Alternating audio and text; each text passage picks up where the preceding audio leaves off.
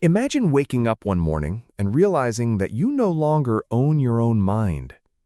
Not in some dystopian science fiction sense, where machines plug directly into your brain, but in a way far subtler, far more insidious. You check your phone before your eyes have even fully adjusted to the light.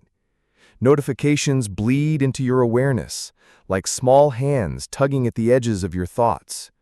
You scroll, you swipe, you absorb, and before you've even risen from bed, your mind is already occupied, your attention colonized by forces outside of you.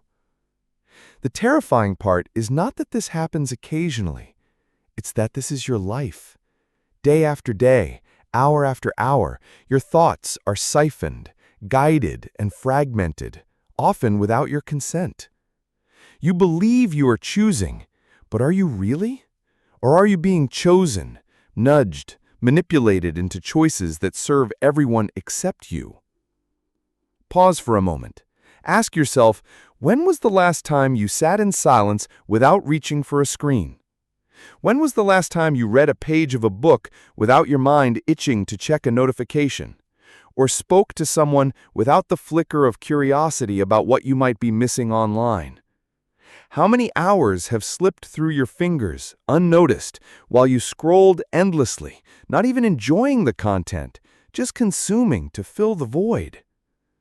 We pride ourselves on progress, on technology, on convenience, on the ability to access infinite information in the palm of our hands. But is it possible that this very progress has become the greatest regression of all? That in trying to connect the world, we've disconnected from ourselves? Think of it. Entire industries now thrive on your distraction. Algorithms engineered not to serve your well-being, but to maximize the time your eyes stay glued to a glowing rectangle. Every headline designed for outrage, every app for addiction, every sound notification for Pavlovian conditioning. They don't want your attention momentarily. They want it perpetually. And they've built an invisible architecture to ensure that your mind no longer belongs to you. This is the paradox. Never in human history has your attention been so valuable, and never have you given it away so freely. The currency of the modern world is not dollars, euros, or Bitcoin. It's focus. And if you don't control where your focus goes, then someone else is profiting from it. But let's not make this too easy by blaming only corporations or technology. The truth runs deeper. Ask yourself, why is it so easy to give away your attention in the first place? Why do you want distraction? Why do you reach for your phone in moments of silence? Why does sitting with your own mind feel unbearable, so much so that you will accept even shallow, meaningless stimulation over the weight of presence? Perhaps the question is not simply, who is stealing your attention? Perhaps the more unsettling question is, why are you complicit in its theft? Because attention is not merely a cognitive function. It is your life itself. Where your attention goes, your life goes. And if your attention is fragmented, scattered, hijacked, then so too is your existence. Imagine looking back years from now and realizing that your life was not really lived by you, but by the constant pull of stimuli you could never resist. So what does this mean? Is it already too late? Are we doomed to live like prisoners who mistake their chains for choice? Or is there a way to reclaim sovereignty over the most precious resource we have, our own minds? These questions are not idle. They cut to the very core of modern existence. To be human today is to fight a war on the battlefield of attention. And make no mistake, this is not a neutral war. It is being fought against you, and the weapons are carefully crafted to bypass your defenses. The great question, then, is not simply, how do we protect our attention, but something deeper, something more existential. What are we, if not our attention? If every thought, every action, every choice stems from what we focus on, then to lose control of attention is not just to lose productivity or peace of mind, it is to lose yourself. And so we arrive here, at the uncomfortable threshold.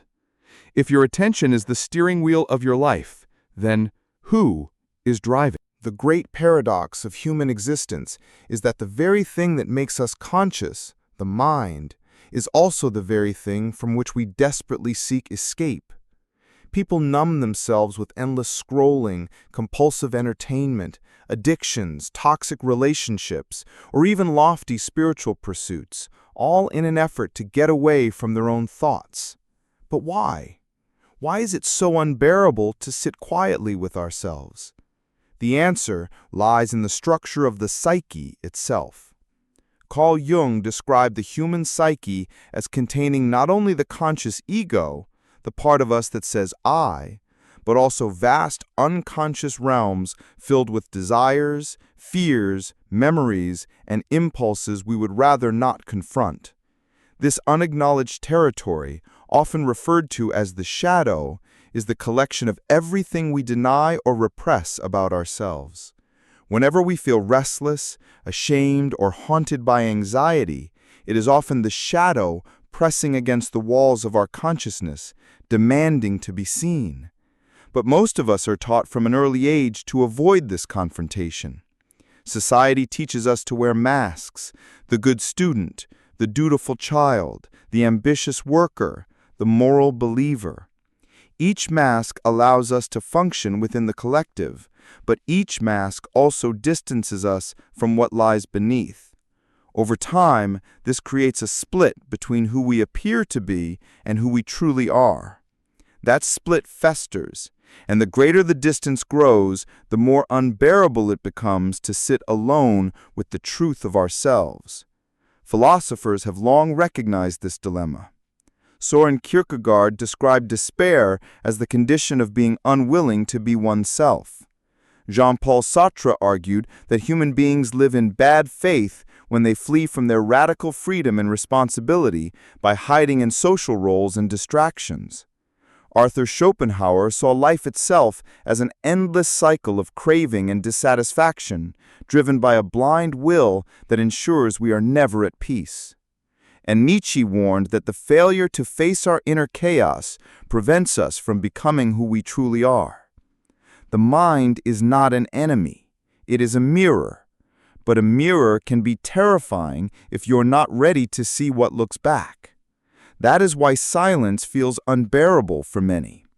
In silence, the distractions fall away, and suddenly the unresolved grief, envy, loneliness, or suppressed rage rises to the surface. The mind is not producing new suffering in these moments. It is simply showing what was already there, hidden beneath the noise of daily life. The tragedy is that we believe escape is possible. We imagine that the next achievement, relationship, or possession will quiet the unease. Yet no matter where we run, the mind follows. Even in paradise, people invent reasons to be discontent. This is not weakness. It is the natural structure of consciousness. A thought cannot be outrun because it arises from within the very system that is doing the running. This is why so many spiritual traditions emphasize stillness, meditation, or contemplation. The goal is not to erase the mind, but to stop fighting it. To sit in silence long enough is to realize that thoughts are like clouds drifting across the sky. They appear, shift, and dissolve. The real suffering begins not when a thought arises, but when we resist it, deny it, or chase it with compulsive distraction. The hidden problem, then, is not that the mind is an inescapable prison. It is that we mistake its contents for our essence. We confuse ourselves with our thoughts. Instead of recognizing anger, envy, or fear as passing states, we identify with them.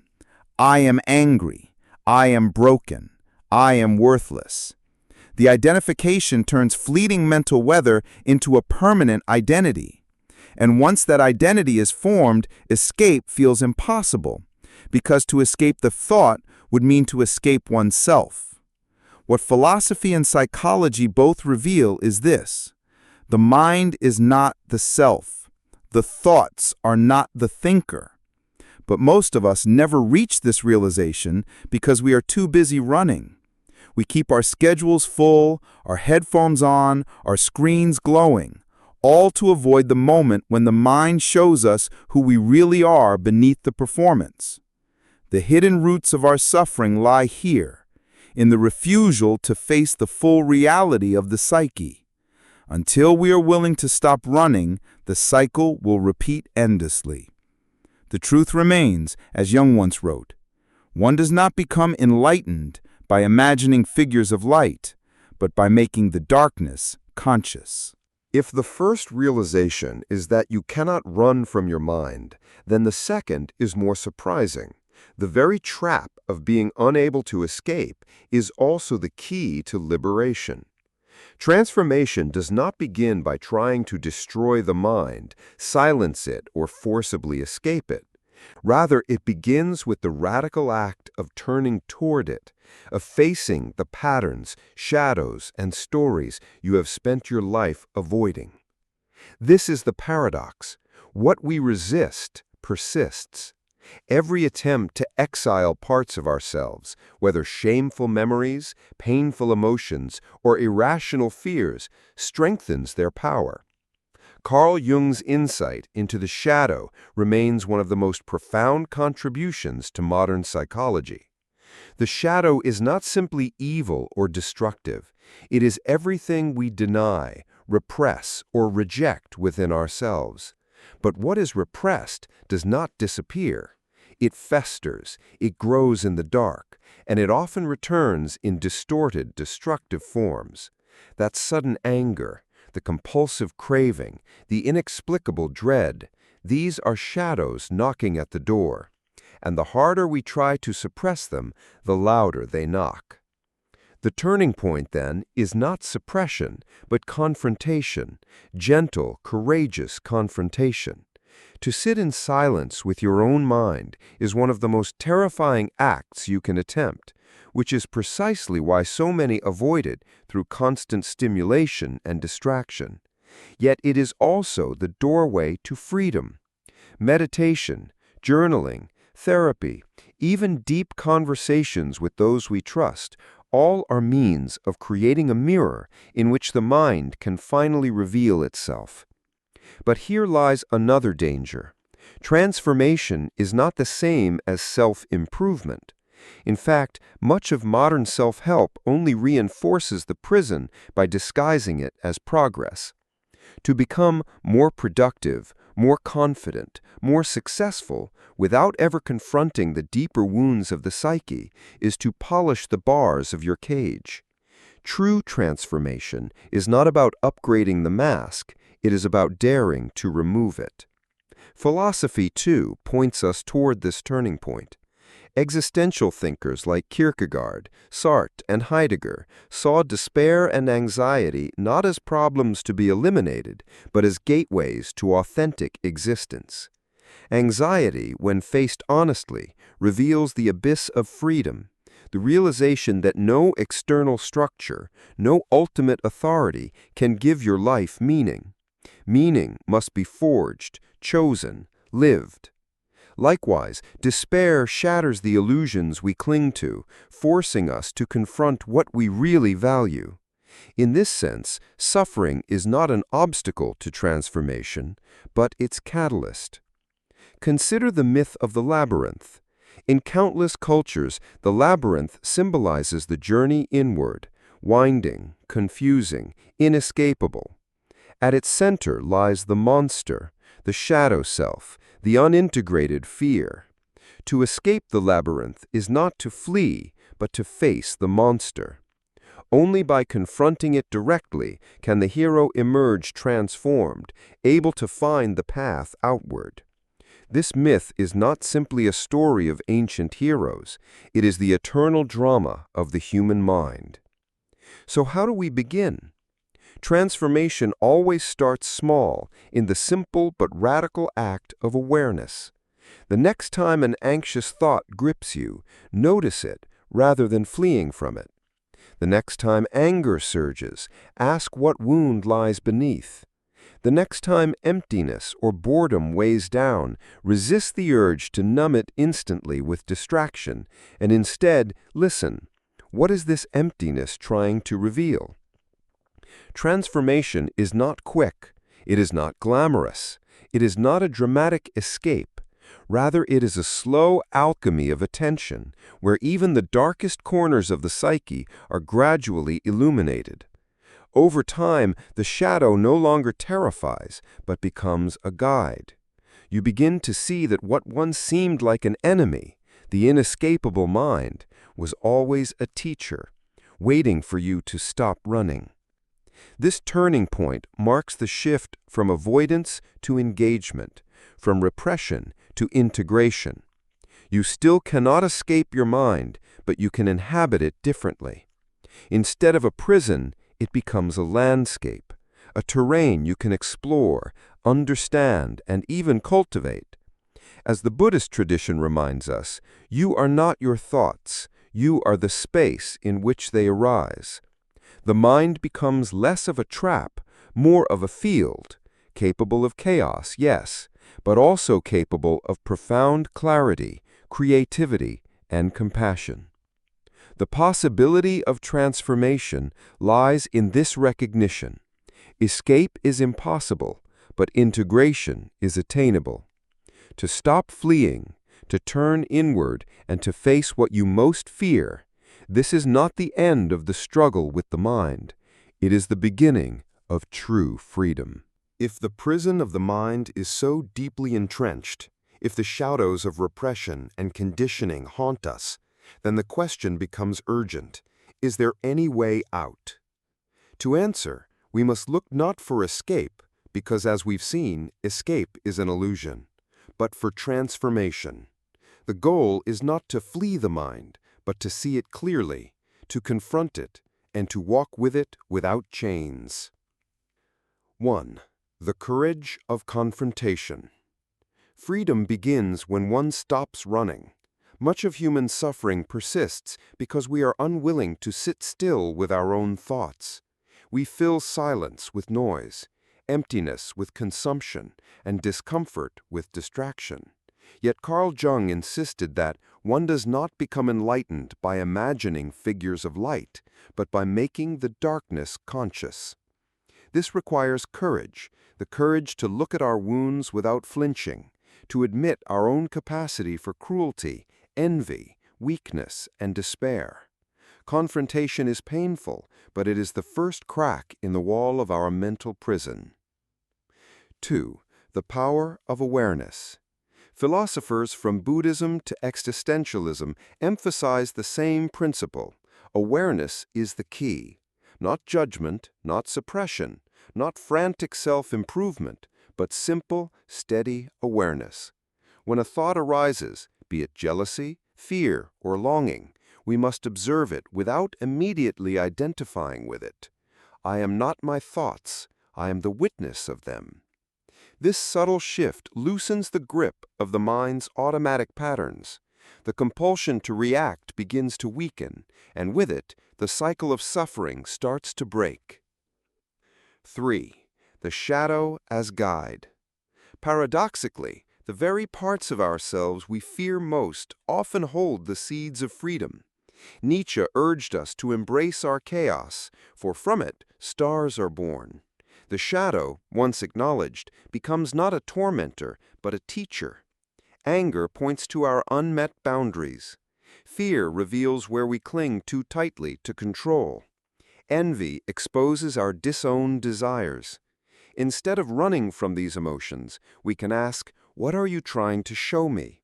The monster becomes a messenger, and the prison guard becomes the guide out of the cell. 4.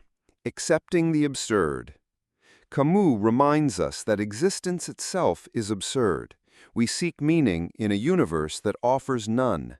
The mistake is not in the search, but in expecting the universe to answer.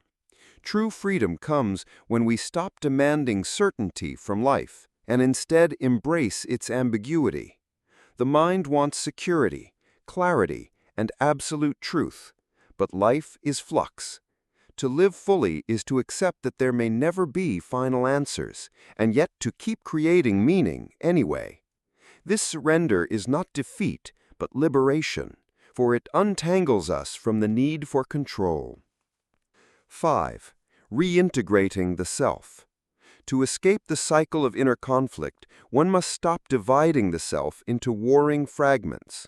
The child who feels unworthy, the adult who strives for success, the cynic who doubts, the dreamer who hopes, all are parts of the same whole. Healing begins when we invite them back into the same room. Instead of exile, there is reintegration. The mind becomes not a battlefield, but a dialogue, and we discover that we were never our worst enemy, we were simply incomplete. 6. Practical pathways forward. Philosophy without practice risks becoming sterile. What then are the practices that embody this transformation? Silence and stillness. Meditation, prayer, or simply sitting without distraction allows us to see the mind's movements clearly. Journaling. Writing thoughts and emotions externalizes them, giving perspective and insight. Shadow work. Consciously exploring suppressed parts of the psyche through reflection or therapy. Creative expression. Art, music, or storytelling provides a container for inner chaos to take form and meaning. Service. Shifting focus from self to others breaks the cycle of obsessive self-reference. These are not quick fixes, but lifelong practices, acts of attention and surrender that gradually soften the grip of the unconscious. 7. The taste of inner freedom. To break free from the prison of the mind is not to annihilate it, nor to transcend it completely. It is to stop being its prisoner. Imagine standing in the same room you once thought was a cell, only now realizing the door has always been open. The thoughts still arise, the shadows still move, but they no longer dominate. There is space, perspective, and most importantly, choice. In that choice lies freedom, the freedom to respond, to create, to live without chains. Final reflection. You cannot escape your mind, but you can befriend it, confront it, and transform it. The paradox is that true freedom does not come from running away, but from turning inward with radical honesty. We are both the jailer and the prisoner, both the wound and the healer. And when we see this clearly, when we embrace the totality of who we are, the absurd, the shadowed, the yearning, the divine, we discover that the mind is not a prison after all. It is a labyrinth.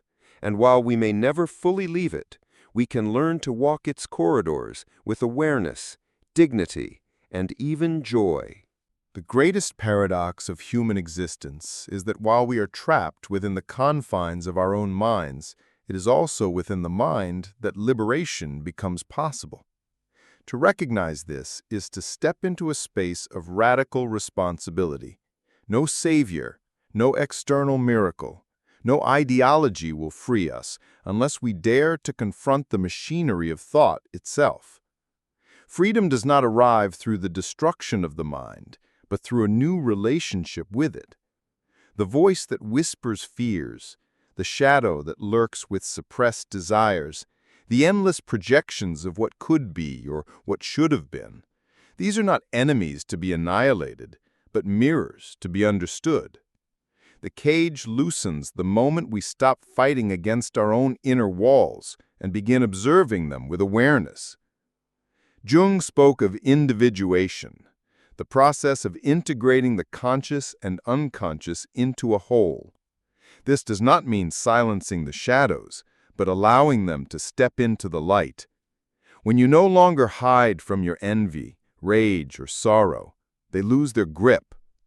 Dostoevsky hinted that suffering itself is a form of knowledge, a raw confrontation with the truth of being human. To endure one's own depths without fleeing is a sacred act of courage. Practically, this integration begins with attention. Notice the stories your mind endlessly weaves, the judgments, the cravings, the rehearsals of past regrets and future fantasies. Each time you catch the story, you have already loosened its hold. You become the witness rather than the prisoner. With practice, the mind transforms from a tyrant into an instrument, a tool of creation, reflection, and meaning.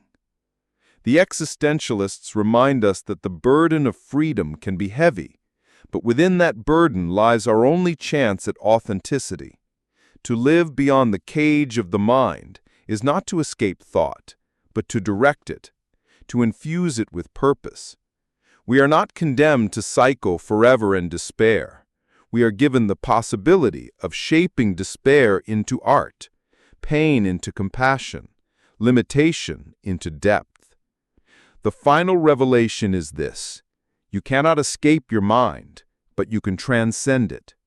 The bars remain, yet you no longer mistake them for walls. The prison becomes a monastery. The noise becomes a hymn. The shadow becomes a guide. In accepting the inescapable, you stumble upon the one thing you sought all along: freedom, not from the mind, but within it.